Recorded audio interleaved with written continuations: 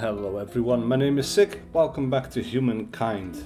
Now you'll have to forgive me, I have to get back into this game a little bit as I have been ill since the last time I played, which is now about 2 weeks ago I think. In the meantime, while I was sick, I wanted to get to grips with the new systems a little bit more. As a result, I played a new campaign, and now I kind of have to refigure out what I was doing. But basically, I know we're in a good position. We know we've basically put this entire continent together. We are, well, again, not in control of these guys like we were not before, which is weird, but we will be so on the next turn, I'm pretty sure. Since we have the most influence out of everyone, 62% of the total patronage. Not going to be a problem. This seems to default back to a neutral state or something, like every time we load the game. I'm not sure what's going on there. I did expand over towards this territory here, but it is being raided by an army of knights. 4 knights to be exact, so I better send over some pikemen, I guess. I'm not sure if we did send some troops on. We have swordsmen 2 times, we have 2 pikemen, and we have the Liam Nubing, which I could have upgraded, but I think these are a little bit more unique and therefore a little bit more better. Still, probably. I don't know, but we'll find out. Before we continue on, let me point out once again, I do have a Ko-fi page set up now. If you want to support the channel directly, you can do so there, either by a one-time donation or a monthly subscription. Whatever you wish to do would be greatly appreciated. And with that out of the way, let's end the turn and move into 135. Alright, Delta converted to a new religion, to animism. Alright, well, that's the territory that is not going to exist for very much longer because it's going to get wiped in the next turn. But in the meantime, we did earn a new scientist star, bringing us a little bit closer towards the next era, which I don't remember exactly which era that is. This arrangement Probably, our empires. well, we're medieval era now. Yes. You have my attention. That probably means something like Renaissance era. I'm not entirely sure if that's even a thing or what it's called. I don't really pay attention to that all that This much. is good for us. We In essence, it's basically just a milestone or a gateway into new tech, which we cannot research until we make it that far. The downside, of course, being that, the longer you stay in this era, the more fame you can accrue, but you will be behind on tech. So that is basically the balance that you have to make. Now, we do have a regiment of scout riders over here. We are not at war with anyone, but they are in our territory, but we cannot attack them. So we will just station these pikemen over into the city. Next turn we will have some swordsmen come out of that same city. And then Chang'an over here needs a new project. So now we are pretty stable. It's not going up or down, basically stable, but also at 83% stable. It's nice. We do need to think about what we want to build next. Now, science, of course, is very nice, but can we get some decent improvements? Like 5 turns for +8 science. It's not the best, but that is per population. It will improve over time as we grow, and we do not have a great amount of food, but we are growing, so we are improving on that. We can, however, maybe speed it up a little bit by getting some more food production up and running. 2 turns for +3 food is not that significant, and this will not improve because it's based on a harbor. I don't think we can build any more of those. So, but the alternative would be to build a farmer's quarter. Then we have the granary +2 food per farmers. We can still get more farmers, and by building a farmer's quarter, we make additional slots for the farmers. Right, so well, we're at 8 out of 12 right now, actually. I'm looking at the wrong thing here, I think. It's like the current number of population assigned to this category. Each population assigned will provide additional yield. Yeah, so we're at 2 out of 3. But this is 8 out of 12. I guess we can support a maximum of 12 people. We will have +1 in 4 turns, but this is the maximum amount of workers we can have in that slot. That makes sense. So if we want to improve that, we would need to build more farmers' quarters. It will provide us with food, will cost us some stability, but it will scale up over time. Is there anything else that is of a more immediate use? Like barracks would be pretty good for making troops. We do have several troops that take quite some turns to make. So actually, you know what? Let's go with barracks. Let's set ourselves up to be able to be aggressive in the future. As for research, we can go with chivalry because that gives us access to the hamlet, which is really nice. Because we can then build cities away from our main cities in every territory and get some massive yields sometimes. So chivalry it is. Economically, that is really the best choice. Concealed foreign units are present in I do San hate to be Lorenzo. the bearer of bad news, but a stealth army has entered your empire. Alright, so that just got wiped very out. That is not surprising. In the meantime, we've got some crossbowmen in Urim. We will station them there, just because we, you know...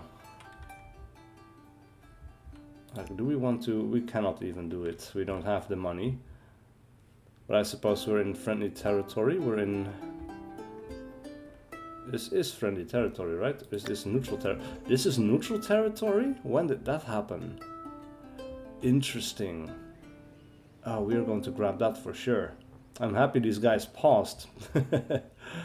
Yeah, let's put an outpost right there. Sorry about that. We had a battle here, it seems, and they kind of wiped out the city. But this is a perfect opportunity for us to actually... Oh, we could build this into a city as well. It will give us a foothold over on this territory, and I would be quite happy with that. Does mean, well, we can get more city cap or higher city cap in the future. We have some unique new peoples over here that we will wipe out later. But for now, I think to make this as strong a foothold as possible, we're going to turn this into a city. First, we can spend some influence on getting a harbor set up.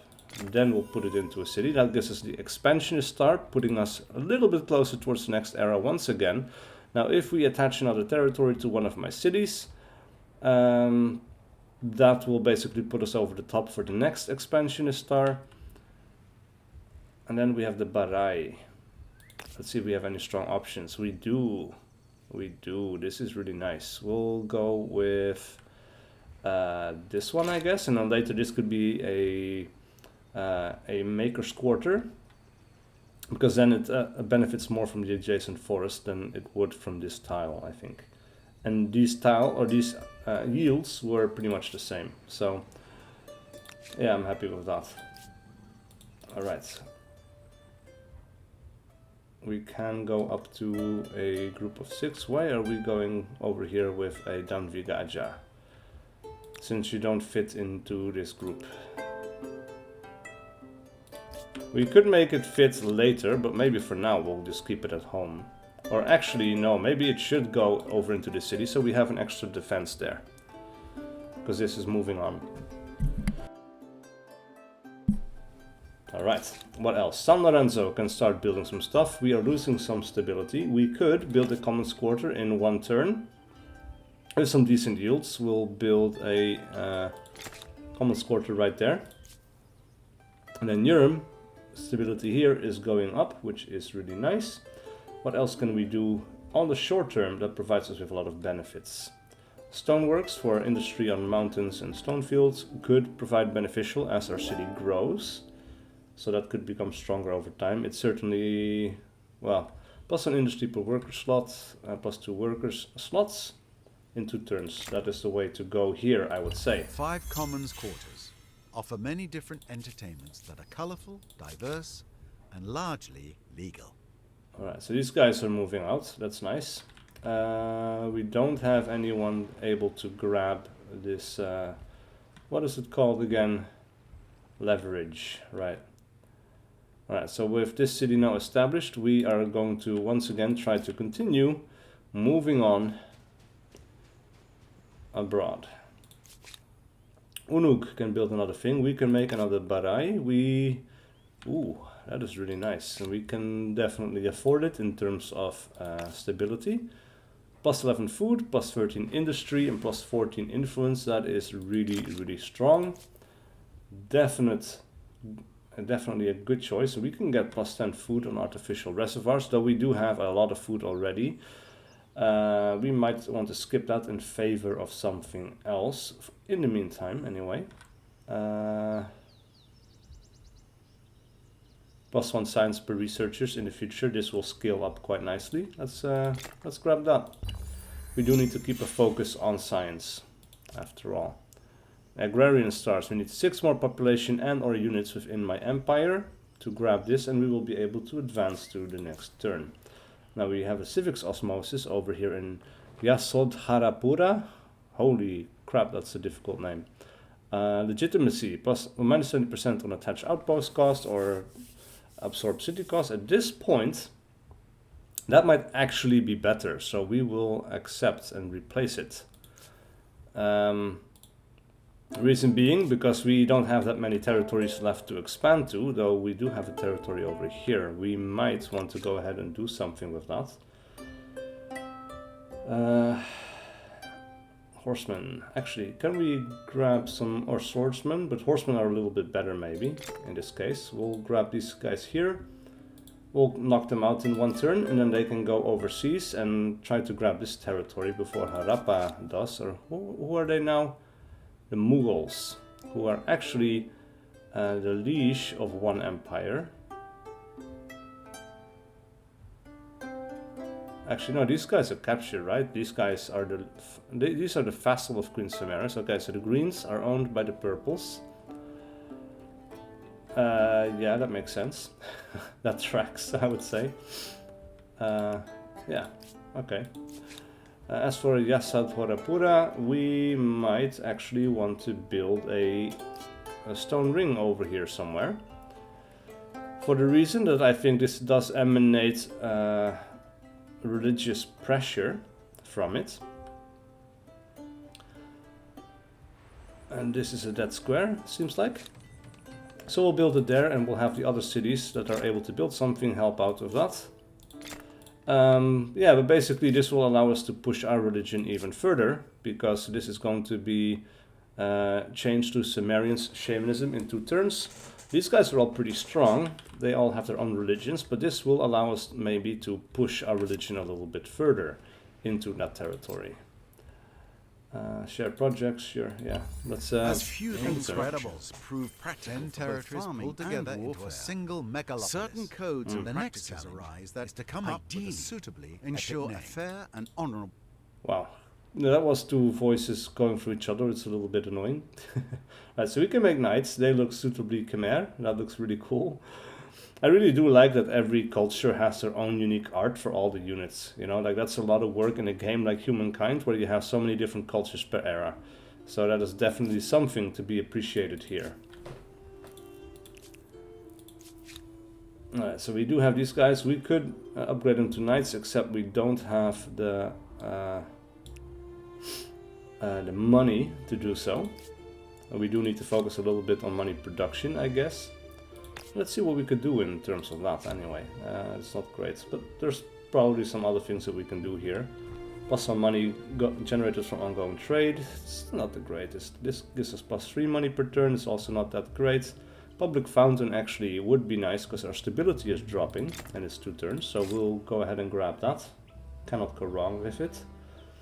As for technology, we have several options. We have heavy infantry, which increases the size of our armies and will allow us great swordsmen. That's really cool. Furnace steel gives us access to armories and high furnaces for extra industry. Actually, we want to go this route for sure, I think. We'll grab... oh, we can bypass heavy infantry for that even. Alright, yeah. Because then we have the high furnace, plus 1 industry on maker's quarter per adjacent maker's quarter, and then plus 1 industry on maker's quarters on a whole. So that will basically provide us with a ton of stuff. Oh crap. Oh, this is pretty bad. Alright, so we cannot enter this. Let's actually see if we can get open borders with these guys. We cannot ask them, so we need to ask purple. Greetings. My door is always open to talk. Let's see if we can open borders. I think we can They undertake a common refused. venture. Do you agree? Alright, so we have a ton of things that we hate them for. This shouldn't be happening. Alright, so this is problematic. It seems like we cannot go over here anymore. We need to withdraw before this entire army dies. There's no other way to get there, as far as I can tell, until we get something that will allow us to get better or like better ships. What do we have right now, even? Fellow peoples, minus 50% cost of signing treaties. Well, we might want to refuse that one, actually, or quickly sign some treaties if we can. But we don't have enough patronage here, just the 4%, because well, actually we're investing pretty heavily into them, but we're not making any headway, so we might as well abandon that. As for the Alans, we cannot interact with them yet, because they're not a full city-state. And the Kassites, we already have the highest treaty. And we spend the most money on them also, but we're just not getting the patronage that we need, apparently, to have them as full allies, which is kind of strange. But they're also not attacking me, so yeah, that's okay, I guess. We could then, in fact, replace it to get the higher army cost. That would be beneficial at this point. Alright. You cannot do that this turn, but that's fine. Yasol Harapura is something I really need to rename in the future. From the sounds of it, it's just a really incredibly difficult name. We need to build something here. We'll go with the Maker's Quarter for plus 22. That will be a huge boost to our industry output. What else can we do here? Nothing too great, but we have a ton of stability and we're going up. It might be time for another Maker's Quarter. We'll build that over here. And Chang'an over here also increasing a little bit, but let's have a look at our options first. Plus 2, not great. Plus 3, not great. Plus 9, decent, but 5 turns, which is, again, not great. Plus 2, yeah. Like, we're not likely to be attacked here anytime soon, so I'm not really too eager to invest into stone walls at this point. This is plus 9 science, that's actually pretty nice, and then plus 1 science per researchers. This will increase in the future. But first, let us grab library, I guess. I think that will be the most beneficial. We do need to invest a little bit more into that.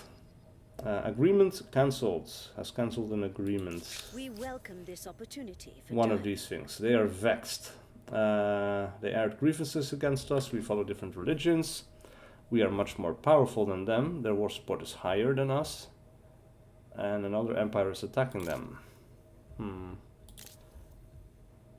Well, these are the guys under control by someone else, so we don't really need to worry too much about them.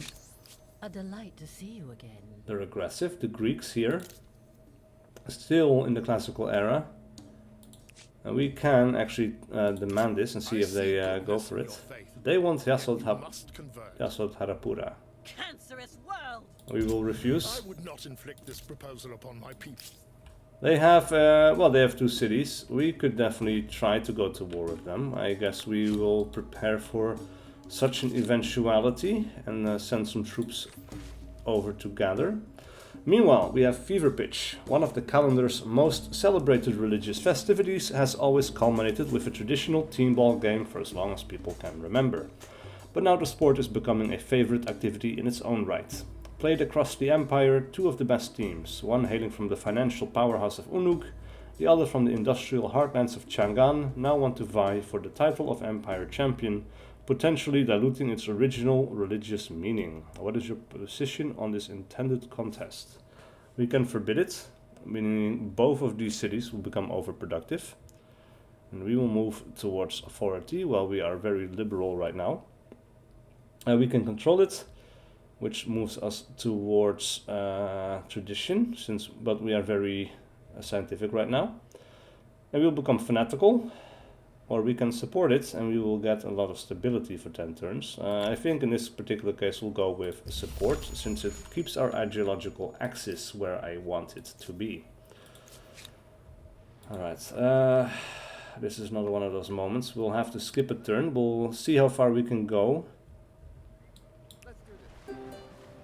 on the next turn and see if we can reach safe zones later. We will make some troops here. We do have currently a spearman and a pikeman, or a pikeman and a swordsman, whatever. We have crossbowmen coming over. I think what we want to do here is maybe make another swordsman. They have 26 strength. These guys have got 31 and they're anti-cavalry. Actually, maybe we should go with pikemen. We'll grab that instead. And we'll have an army of 4 again. With 15 makers' quarters, I guarantee there will be a lot of it. We have our makers' quarters. And we have an ongoing ransack over here. That is something that needs to be tended to say the least. Alright, we'll move this army over here. They're already running away, so they already figured out it's not a good idea to vex me so. They'll hold position right there, and these guys now have 2 action or movements. We'll move out into the sea, see what we can see. We will not be able to reach anything else. That is also working out for us. As for Unuk, we can make another Barai, and I probably want to do that before moving on to the next era. So we'll start it to be sure. 1574, 1394. This is by far the better option. I am going to go with this one, however, because it is closer towards the industry here. Then we have the fever pitch 2. As the day of the big game draws near, everywhere you go, from marketplaces to thermal bathhouses, you hear commoners and highborn alike talking about the imminent match. Now the day has finally arrived, and the great arena in Unuk overflows with followers of both cities' teams, singing and cheering as they await the commencement of the game. Your presence is expected, but there are no neutral areas in the arena, so if you attend, you will need to choose a side. What will you do? I will not attend, instead dedicating my time to reminding citizens of this match's religious roots. We will get fanatical. Ooh, that's pretty strong.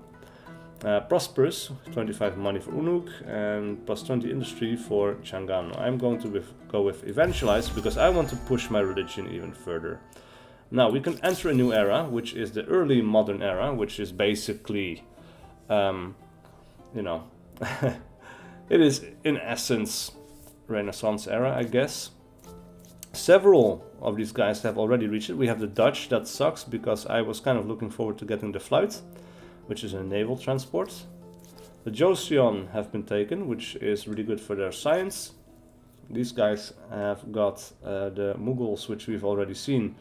I can't believe I'm behind on these guys, though, because I'm still ahead in fame. But I guess I stayed longer for more fame stars or whatever, and these guys just switched.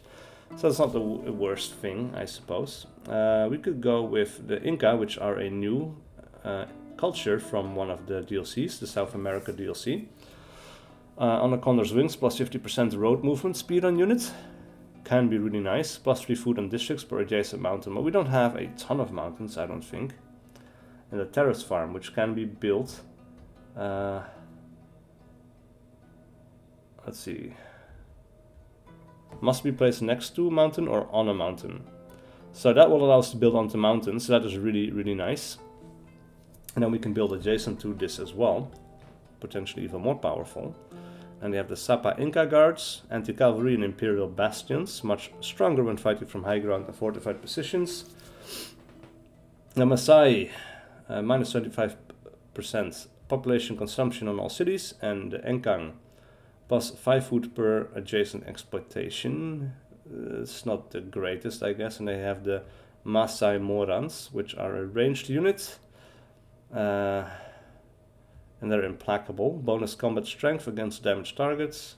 The Swiss, however, is kind of interesting. They have plus 100% army upkeep on any non-allied units in your territories. Plus 100% leverage from units in demilitarized territories. And we can make the Watchmakers Guild plus 3 money. And plus 1 farmer slot per farmer's quarter. And like basically everything that's adjacent will get 1 extra a worker slot. That is kind of cool. And then they have the Reichslaufer. Let's see, stronger when defending. They are a mercenary corps. When provided to other empires through the arms deal agreement, this unit costs 10% less to build. Generates more income for its original empire. Okay. The Haudenosaunee, however, are also really interesting. They provide us with +1 food on exploitations. We have got several of those, so that's okay. It's not the greatest. But then we have the Three Sisters Plantation, +5 food per number of attached territories to the city. That could be quite strong, as it also has +3 food per adjacent farmers' quarters, +1 farmer slot on city's outpost.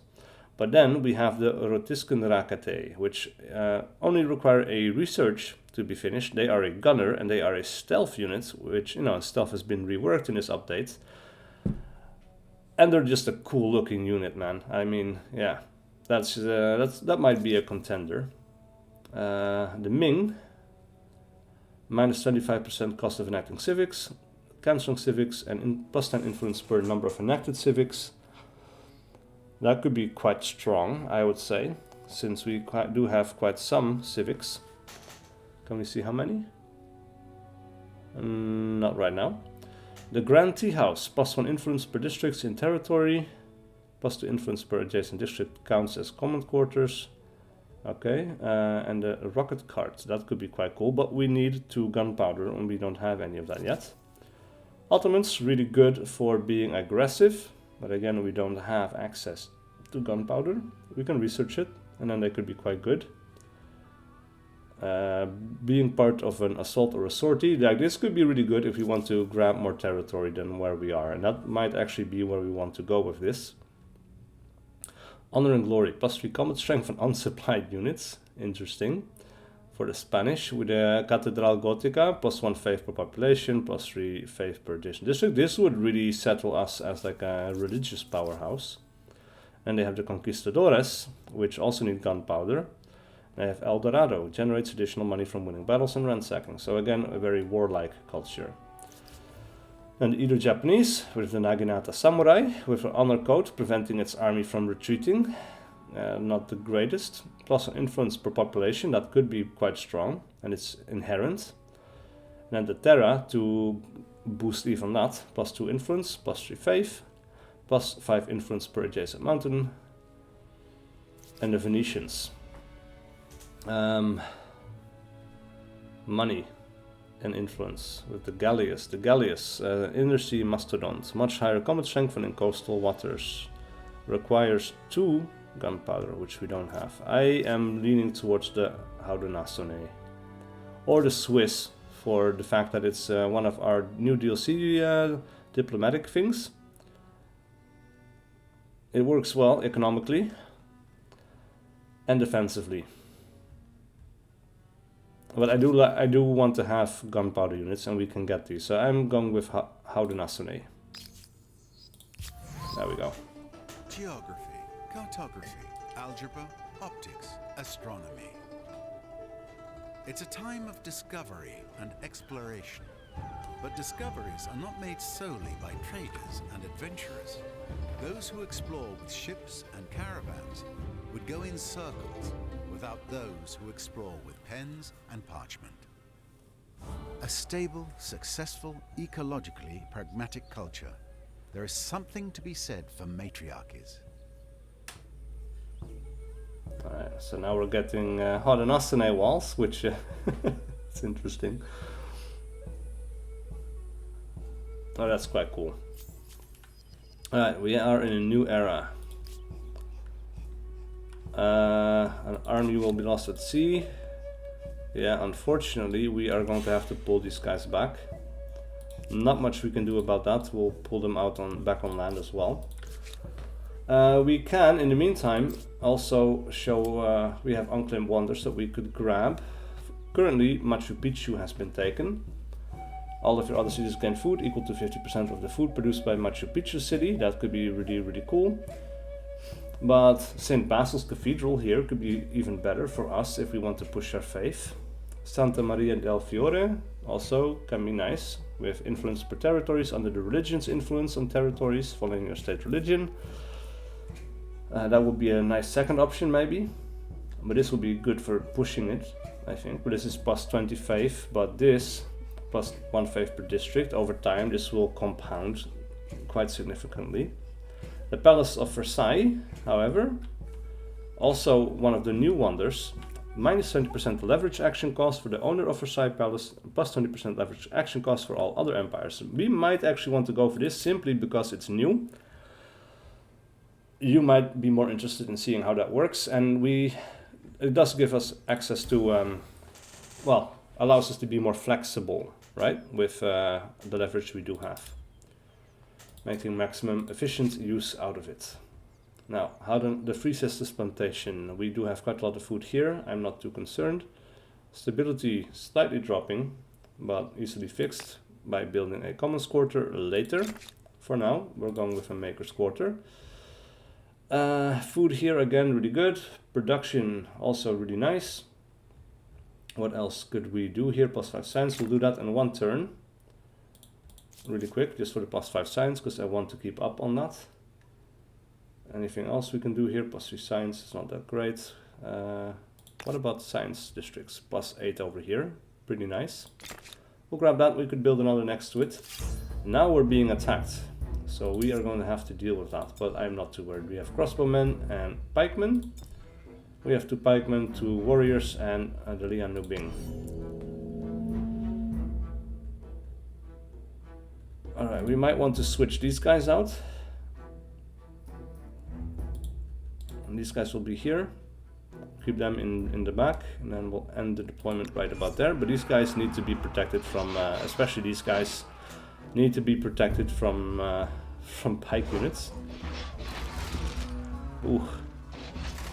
Oh! Harsh. Quite harsh. Alright, these guys can actually shoot over them, which is kind of interesting. But welcome. With the big catapult on the back. We'll shoot them with our crossbowmen. These guys can run through here and not do a wonderful amount of damage. These guys are going to go on the offensive then, I guess. Good trade. I'll take it. Unfortunately, there's no way to get up there for us right now. We'll give it a try though. We have to deal with these guys. We'll hold position here. These guys are going to take a lot of fire. Decent trade here though, so I'll take it. These guys, actually we can wipe those out with our horsemen. Move these guys over here. From there they cannot fire on anything, unfortunately.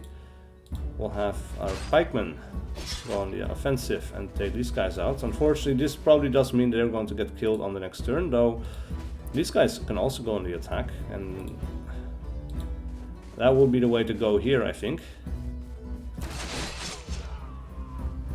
Put some pressure on them. Hopefully they'll survive another turn. Oh, we forgot about reinforcements. No, the reinforcements came in automatically.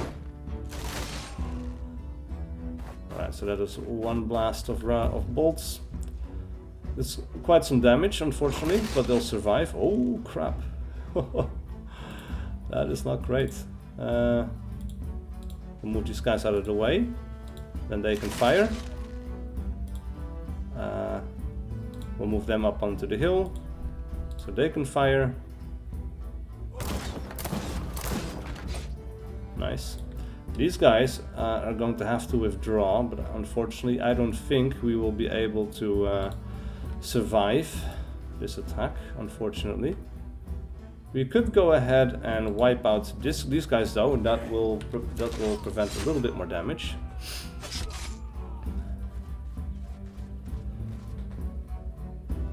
And these guys cannot move. Alright, they already attacked, I guess, and that is the end of this turn. We'll do one more just to finish it off. Furnace steel finished. Oh, I'm so happy that they're splitting their attacks. Means we only lost the swordsman, which is still bad enough. It's definitely not something I wanted to do.